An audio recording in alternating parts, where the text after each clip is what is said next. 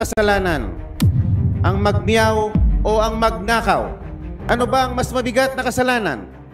Ang mag-video at mag-selfie at mag-post ng pagkadismaya sa gobyerno, ang isang batang congressman, o ang ginawang sistematikong pagnanakaw sa gobyerno o at pagsimot sa bilyon-bilyong piso sa kaban ng bayan sa pamamagitan ng mga ghost projects?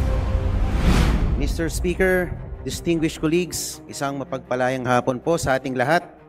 I rise to place on record this manifestation of support for Honorable Francisco Kiko Barsaga and to express my strong opposition to any move seeking his suspension from this august chamber.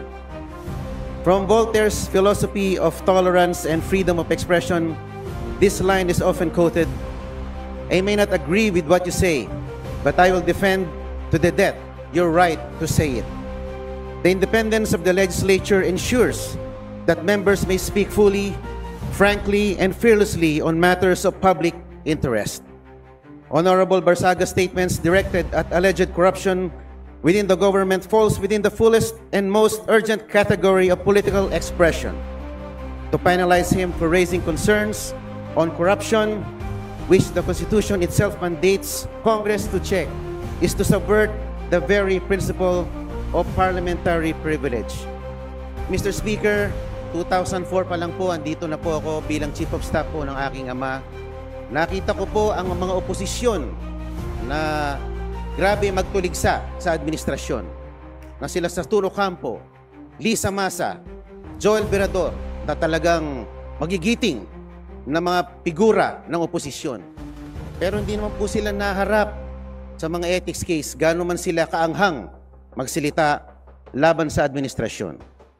My dear colleagues, Honorable Barsaga is seated in this chamber because the people of Dasmariñas City, Cavite, placed their trust in him as affirmed through the ballot. Article 6, Section 6 of the Constitution states that members of this House derive their authority exclusively from the electorate. Ano po ba ang mas mabigat na kasalanan? Ang magmiyaw o ang magnakaw? Ano ba ang mas mabigat na kasalanan?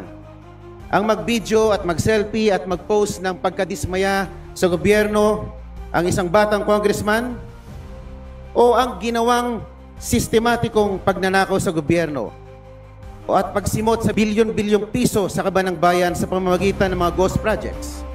Ang mga posts ni Kong Miao ay mistulang alingaw-ngaw lamang ng saloobin ng nakararaming mga Pilipino.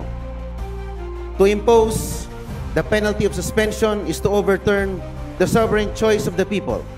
That remedy is reserved only for conduct so reprehensible and destructive of the institution that it overwhelms democratic legitimacy. No such circumstance exists here. Honorable Barsaga's only act was to express his views regarding corruption in government, a matter of public concern central to democratic oversight. Let not the House of Representatives be weaponized against its own members. Thank you very much, Mr. Speaker.